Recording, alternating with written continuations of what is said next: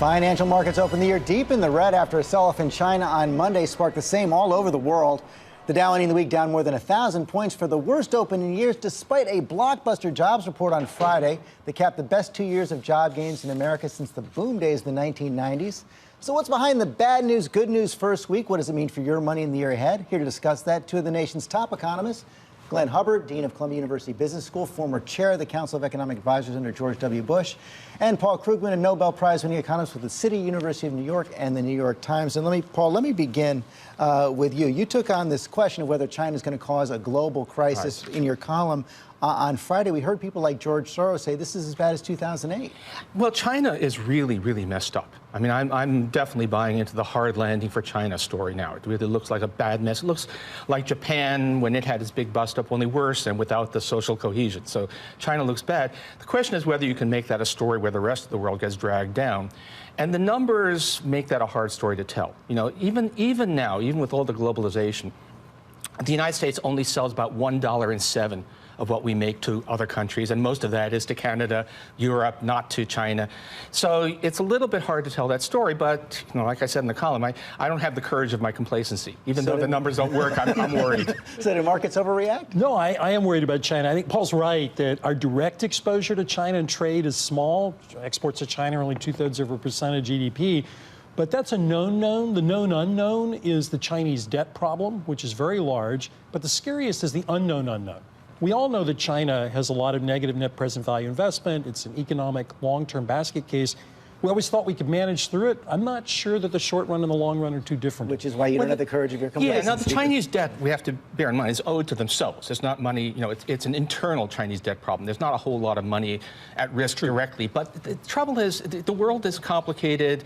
We've seen enough crises come out of, you know, left field that we're worried. I still think, by and large, no, not a global recession. How about the jobs issue? You know, we saw that strong jobs report, Glenn Hubbard, in 292,000 jobs in December. We've had the recovery seems to be on track, long and slow recovery, but remarkable job creation record for the last several years. How much longer can it go on? Well, I think the jobs report was basically a very solid report, and we're seeing the duration of long-term unemployment come down. But I'm worried about a couple of things. First of all, we're not seeing as many people come back into the labor force who left as we would like. And I'm worried about long-term productivity growth. So I think that's what has markets rattled. We'll see pretty good jobs numbers. In fact, the unemployment rate will probably fall to 4.5% or lower in 2016. But it doesn't mean the labor market's healed. I think the interesting thing is, you know, since the bottom in 2010, we've added 14 million private sector jobs. And we've done that despite Dodd-Frank, which was supposed to be a job killer, tax hike on the top 1%, which was supposed to be a job killer, Obamacare, which was supposed to be a job killer. Funny, none of these job killers have actually seemed to have killed jobs. Now, the U.S. economy looks fundamentally pretty good. I mean, household debt is down relative to income. People just don't feel it. Is that because of the lack of wage growth? So inequality is rising. Productivity growth has been slow. So we're not seeing incomes go up that much, but we are seeing employment growth. And I don't see anything obviously wrong with this expansion. Inflation is not picking up. The flip side of that wage number is that there's no inflation problem. So I think we're looking only at some outside event, like China, possibly bringing an end to it. Well, I think an inside event, too. The huge political uncertainty that you've talked about earlier on the show today in the United States, I think is very disruptive. And I think it has people in markets rattled. Maybe Trump can just say to the whole country, you're fired. So if you're at the Federal Reserve, if you're Janet Yellen looking at all this right now, are you going to pay more attention to the strong jobs numbers or the anxiety over China?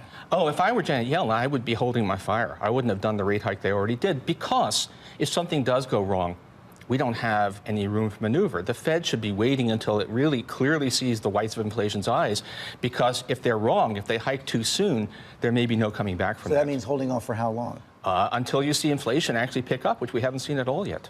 I don't agree. I think the Fed did the right thing by hiking. I don't think they will hike again at this meeting, probably March or a little bit later.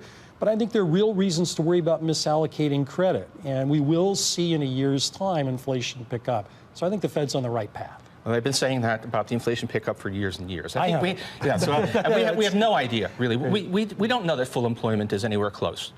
Okay, Paul Krugman, Glenn Hubbard, thank you both very much. That is all for us today. Thanks for sharing part of your Sunday with us. Tune in Tuesday night for President Obama's final State of the Union. I'm going to anchor our special coverage starting at 9 Eastern, and I'll see you tomorrow on GMA.